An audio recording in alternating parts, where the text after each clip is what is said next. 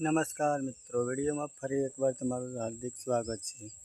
જે વાત કરીએ કાજલબેન વિશે, જે કાજલબેન પહેલાં જેટલા ખુશ રહેતા અને તેમની સાથે કરણજી હોતા હતા ત્યારે તેમનો વિડીયો પણ જેટલા બની ગયા છે કે વિડીયો વાયરલ પણ થયેલા છે। અને તમને વિડીયો પણ હું બતાવું કે કાજલબેન કેટલા ખુશ રહેતા હતા પહેલાં, તેમનો વિડીયો તમે આ જોઈ લો।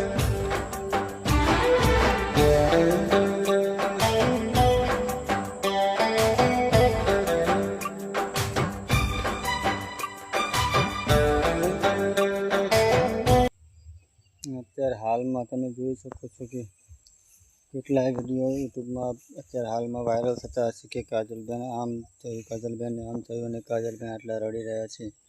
અને તેમનો દિવ્યાંશ, તેને હજુ ઉંમર પણ નહીં થઈ કે એમને દિવ્યાંશને હજુ ખબર પણ નથી પડતી કે તેના પપ્પા દુનિયામાં રહ્યા નથી। એ તો એમ જ વિચારશે કે મારા પપ્પા હમણાં આવશે અને ખબર નહીં કે ક્યારે આવશે, હવે ક્યારે નહીં આવે એને ખબર નથી। અને કાજલબેન તો અત્યારે હાલમાં એવા ભાગી તૂટી ગયા છે કે હવે કરે તો શું કરે।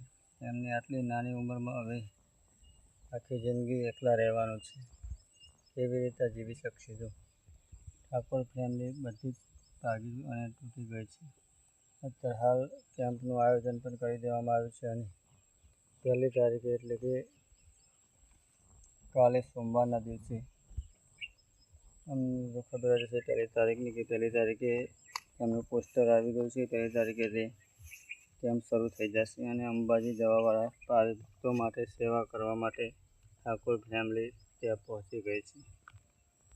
તો બધા જ ચાલતા જતા અંબાજી પગપાળા જવાવાળા વ્યક્તિને કહું છું કે ત્યાં હાજરી જરૂરથી આપજો અને તેમની સેવાનો લાભ લેવા દેજો। મારો વિડીયો ગમ્યો હોય તો વિડીયોને લાઇક, શેર અને સબસ્ક્રાઈબ કરવાનું ના ભૂલતા, જેથી કરીને આ ઠાકોર ફેમિલીના હરેક વિડીયો હું જોઈ અને ચડાવવાનો બધા જ વિડીયો મારી પાસે આવશે। હું તમને વિડીયો બધા જ દેખાડીશ અને આવા નવા કોઈ પણ વિડીયોની માહિતી મને મળશે તો તમને હું વિડીયો મારી ચેનલ પર બતાવીશ। જય માતાજી, જય દ્વારકાધીશ।